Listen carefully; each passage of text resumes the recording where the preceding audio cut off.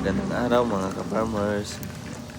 Ngayong gabi nga ay nangunguha po kami ng kalampay kasi kaninang hapon ay umulan. Kaya nagsilabasan ngayong gabi ang kalampay. Marami na Kaya, nahuli. bago pa lang po kami dyan at marami na kami agad na kuha. Kasama ko nga pala yung aking bayaw at ang anak niya. Bago pa lang. Ayan po, bagong marating ka lang. Medyo excited po ako manguha dyan. Gawa ng ngayon lang ako naka-experience ng ganyan. Lumalabas lang po sila sa tubig. Lumulutang lang po sila. Sumasabay po sila sa agos ng tubig.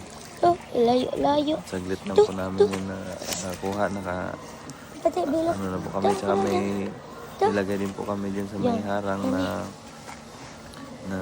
lambat. Kaya yung mga umaagos dun sa may sa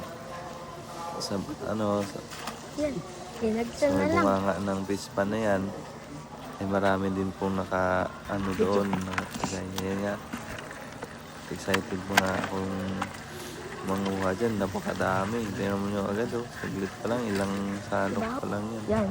Ayan parami Ayan, minsan yan, nakakagat pa ako dyan pero tinitiis ko lang kasi nga napaka-excited mag-harvest ng mga yung tawag nga pala niyan dito sa amin mga ka-farmers ay kalampay. Hindi ko lang po alam kung ano tawag sa inyo yan. Ayan po, nanood lang po kayo. Salamat. Ayan nga, mga 30 minutes lang po kami kumukuha nangunguha dyan. Ayan, lumulutang lang sila kadami.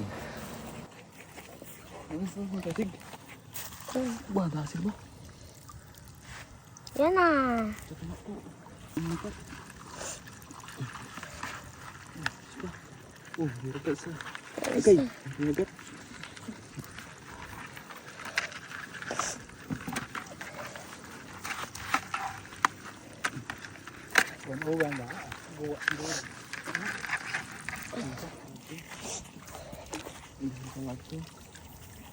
Diyan kumagto.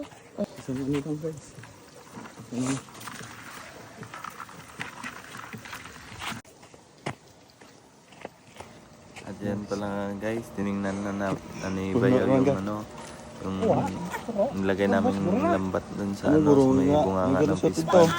Kaso lang, sabi ni Kuya, nagtataka siya ba't unti lang. Yun pala, hinahanap niya, yun pala may butas. Ayan may butas